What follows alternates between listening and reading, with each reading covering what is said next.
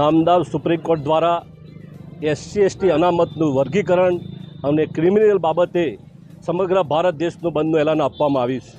ત્યારે સમગ્ર સાબરકાંઠાને આદિવાસી ડુંગરી ગરાસિયા પંચ સમાજ દ્વારા દલિત સમાજ દ્વારા આજે બંધનું એલાન આપવામાં આવ્યું છે। નામદાર સુપ્રીમ કોર્ટ જો ફેર વિચારણા નહીં કરે, કેન્દ્ર સરકાર રાજ્ય સરકાર જો અમને સહયોગ નહીં આપવામાં આવે તો આગામી 13મી સપ્ટેમ્બર વિશ્વ આદિવાસી દિવસના રોજ ગાંધીનગર ખાતે ગાંધી ચિંધ્યા માર્ગે અહિંસક આંદોલન કરવામાં આવશે।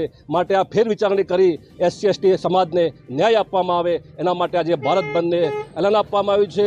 તમામ જાતના સમાજના આગેવાનો, તમામ નાના મોટા વેપારીઓ, તમામ લોકોએ સહયોગ આપ્યો છે, સમર્થન આપ્યું છે। માટે ફરીથી જ્યારે જરૂર પડે ત્યારે અમે એસસી એસટી સમાજ ગાંધી ચિંધ્યા આંદોલન માર્ગે જઈ અને અમારા હક અને અધિકાર મેળવીશું, એમાં કોઈ શંકાને સ્થાન નથી।